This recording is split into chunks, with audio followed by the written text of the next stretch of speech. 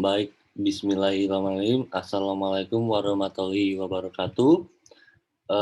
Nama saya Daniel dari kelas 12 IPS. Di sini saya akan mempresentasikan pelajaran sejarah tentang masa Orde Baru dan Orde Lama.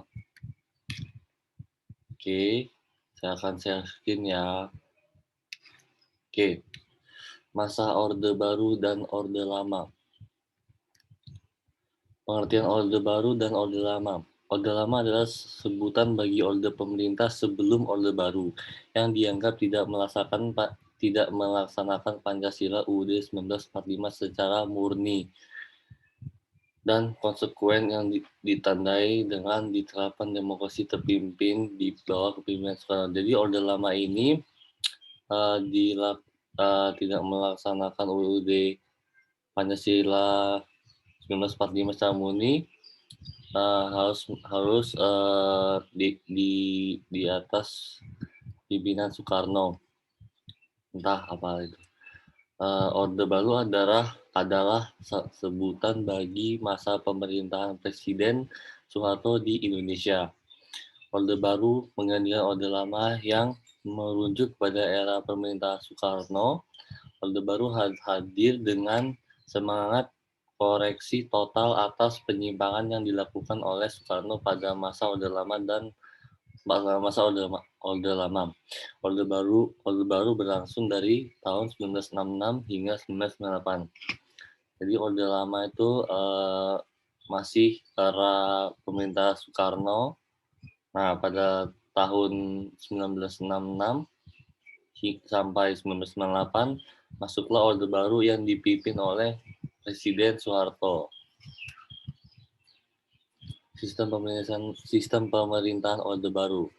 Kelebihan sistem pemerintahan Orde Baru. Perkembangan GDP per kapita Indonesia yang pada tahun 1968 hanya Amerika Serikat dolar 70 dan pada 1996 telah mencapai lebih dari dolar Amerika Serikat 1.565. Di antaranya ada sukses transmigrasi, sukses KB, sukses memerangi buta huruf,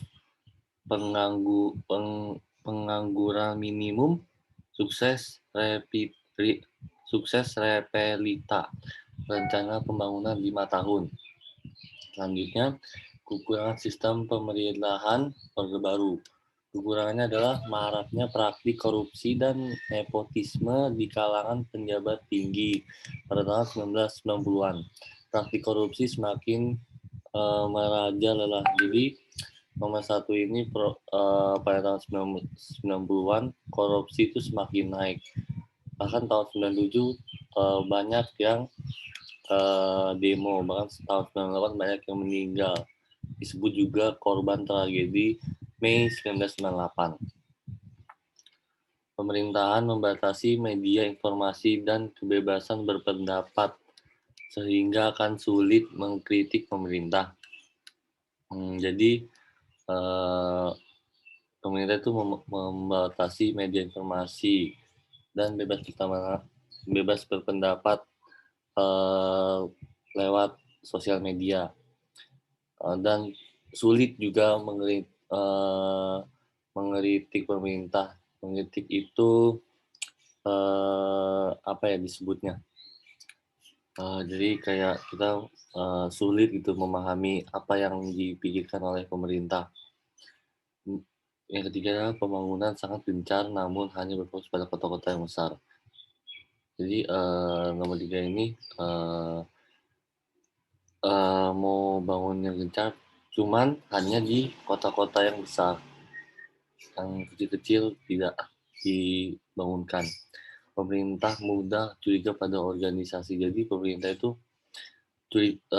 mudah pada organisasi. Kalau misalnya organisasi bersalah, pasti pemerintah itu curiga pada organisasi tersebut. Demokrasi tidak berjalan dengan semestinya. Hal ini dibuktikan dengan kemenangan mutlak Partai Golkar pada setiap pemilu. Kelebihan Orde Lama. Indonesia berhasil merebut kemerdekaan Indonesia. Jadi Indonesia ini awalnya kan dijajah Jepang dan Belanda. Nah, Indonesia ini berhasil merebut dan mempertahankan kemerdekaan Indonesia, bahkan disetujui oleh Jepang karena Jepang sudah kalah di perang. Indonesia berhasil merebut kembali Irian Barat. Irian Barat ini dipimpin oleh Soekarno pada penjajahan Belanda.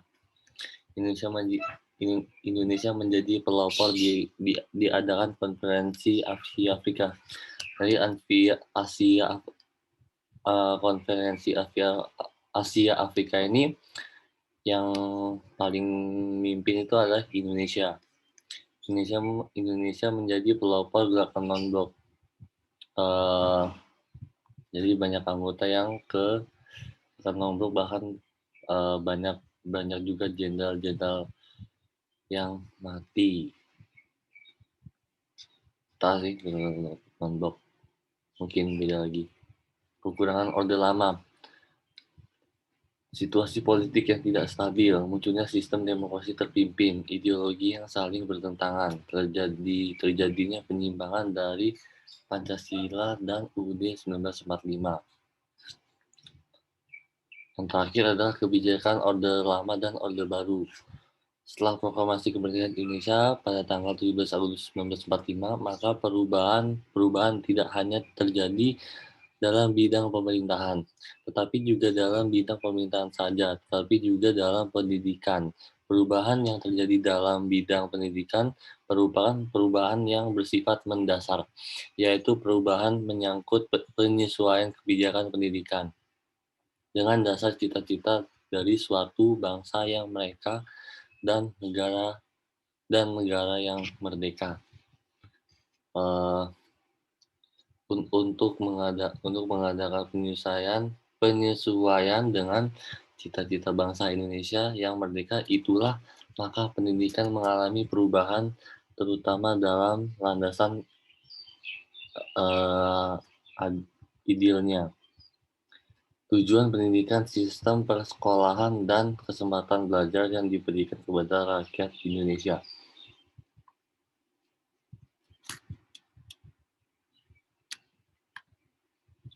Pancasila sebagai dasar dan falsafah negara Indonesia sebagaimana tertera dalam pembukaan Undang-Undang Dasar 1945 kemudian dijadikan landasan